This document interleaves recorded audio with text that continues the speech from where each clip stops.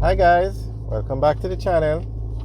Today we're driving into the parish of St. Thomas. We're actually driving through Bull Bay now, but this section of Bull Bay is in the parish of St. Andrew. We haven't entered the parish of St. Thomas yet, but we're heading over to St. Thomas today, and we're going to take a look at the Southern Coastal Highway that's being built to connect Harborview to Port Antonio. So this is Bull Bay. Now this side of the island has some of the worst roads. I mean, without a doubt. St. Thomas has some of the worst roads, especially if you're heading into Yalos. The Yalos main road, terrible road. It's the worst road I have driven on in Jamaica. I don't know about you guys, but okay, now this section of the road is going to be turned into 4 lanes. So that's why you see the work going on the left, and you can see they're putting up new poles. JPS is putting up the poles. JPS owns all the poles in Jamaica, and you can see them putting up the poles further in because these existing poles are going to be taken down so that the road can become 4 lanes. Now, a lot of progress is going on this side of the island. The government is building the Southern Coastal Highway that's going to connect Harborview to Port Antonio, and it's going to make a world of difference for these parishes. It's going to bring so much opportunities to St. Thomas. Now, Port Antonio is a tourist parish. You have some of the nicest beaches in Jamaica in Port Antonio. It's a very beautiful parish, a lot of hotels. But St. Thomas now, unfortunately, is not that developed, and you could probably say it's we won't go there, but it's not very developed. The roads are some of the worst in Jamaica, and some persons often refer to St. Thomas as the forgotten parish. But all that is going to change because the Southern Coastal Highway is going to put St. Thomas back on the map. Now, to get to Port Antonio, you have the Northern Coastal Highway, and very nice road, one of the nicest roads you'll find in Jamaica. But to get to St. Thomas, this is the road you have to use, which is a terrible road. And you think this part of the road is bad, wait till we go further.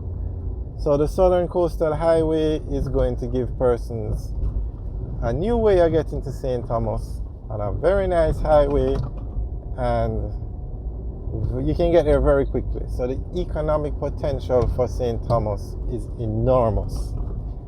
You can just think back when the PJ Patterson Highway was built connecting to Old Harbour, Maypen, how things improved greatly. So we have to give the government credit for doing this project. It's a very expensive road. It's going to cost $59 billion to build. However, you have to love the progress. So the highway should be finished in 2025. It started in 2017. It was to finish in 2023, but there are delays. Now, speaking of delays, the Southern Coastal Highway is being built in sections, just as the Highway 2000 is being built in sections. So one section, China Harbour Engineering Company is doing on their own. Another section, China Harbour Engineering Company is in charge of the entire project. Now, one section they're building on their own. Another section, they are the main contractor, but they have subcontracted out parts of the work to local contractors, and that is creating a nightmare.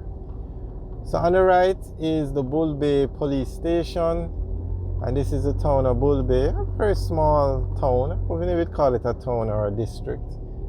And basically it's just in between Kingston and Yalos or Morant Bay. But the main industry out here is quarries, mining, And I'm assuming that this road that's being built on the right is a part of the highway, because this, as we said, this road is going to go into 4 lanes to facilitate the highway. So here you can see some road works being done. Right, so the local contractors now, China Harbor Engineering is saying they're underperforming, and it has gotten to the point now where China Harbor says the project is being delayed because of these local contractors, and they are thinking about getting rid of the subcontractors and doing the work themselves.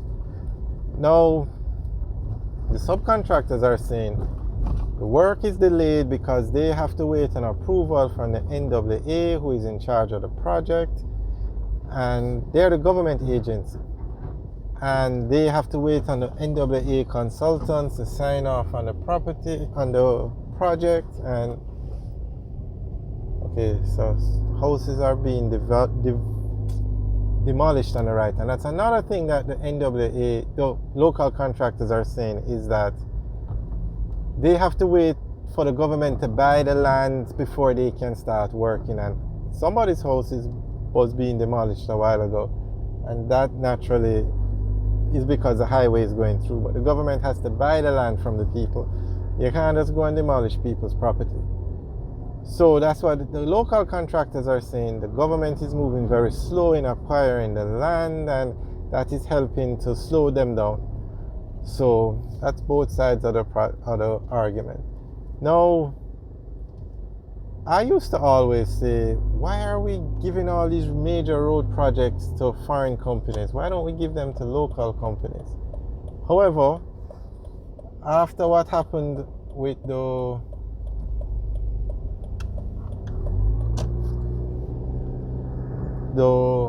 highway, okay, we're just going to turn around and take a quick look at, I'm assuming this is a part of the highway. I'm not sure if this is the entrance. To be honest, I'm not sure where this highway starts. Where is the entrance point?